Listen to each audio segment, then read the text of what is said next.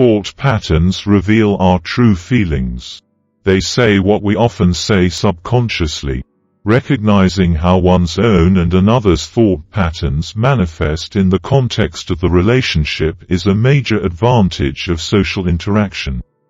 The key to success, as stated by Neville Goddard, is a controlled imagination and a sustained attention firmly and repeatedly focused on the object to be accomplished.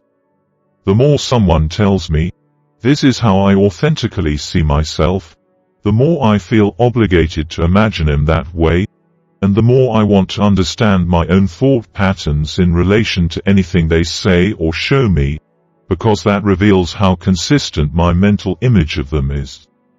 We begin to think about the conversation, and a change in our sense of identity develops and is reflected in how we carry ourselves. It was much harder for me to accurately portray people as they initially presented themselves to be. If prosperity were to be represented by me, I would have my doubts, fears, and indecisions brought to the surface.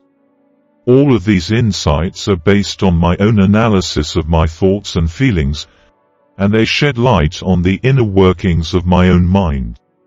As the course progressed, I was able to let go of these ways of thinking, and I now find it easy to represent them in conversation while they transform and produce their results. We train and have a great time doing this so that when we imagine what we love most, our attention and concentration naturally go in that direction, as he claims attention is developed through repeated exercise or habit. Keeping kids in mind, a child, or an adult who has reconnected with their inner child, will naturally channel their thoughts and feelings into pursuits related to what they care about.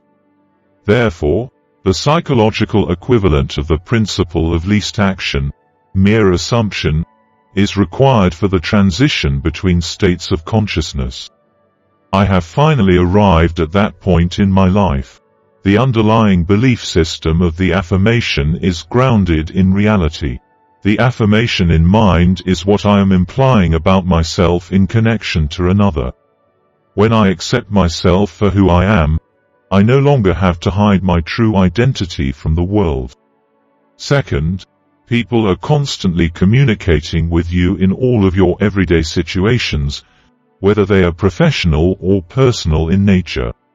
Third, keep things light by keeping an eye on any negative reactions you may have to what they say or how you interpret their body language and other nonverbal cues. Try talking to someone you can trust in the quiet. Retreat indoors for a private chat. Use the strength of your mind's subconscious. Because of the trust you've built with your inner self, you've been able to access reliable, accurate thought patterns that reflect the world as you see it. Acknowledge the veracity of such thought processes as auto-suggestion and imagination. As a result of applying this knowledge, I noticed that whenever someone let me down with their behavior, body language, words, etc., I could trace it back to an internal drama I was acting out and use the same method to fix it. My process would involve identifying the faulty thought pattern, for example, because of what they say, because of how I feel, because of what they do, the power is external to me, and then making space for the more accurate and insightful intuitive patterns to emerge, such as, people show up in harmony and contribute to my vision. After that, I find that everyone I meet treats me warmly. From my observations, most people get along well with one another. Because that's how things actually are, and because thinking about what leads to what helped me see things as they really are. This is possible in our immediate, interpersonal interactions.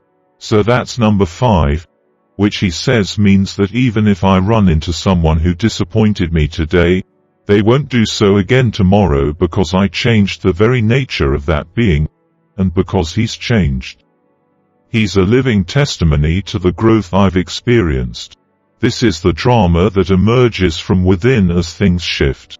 All of these things represent symbolic representations of inner completion and, more precisely, the realization that we are already complete within ourselves and that we may have certain thought patterns that we have identified with for whatever reason, and that we now have the opportunity to let go of through this process. I rewrite it, over and over again, until it reads like the perfect day I never had. You've been such a positive influence on me.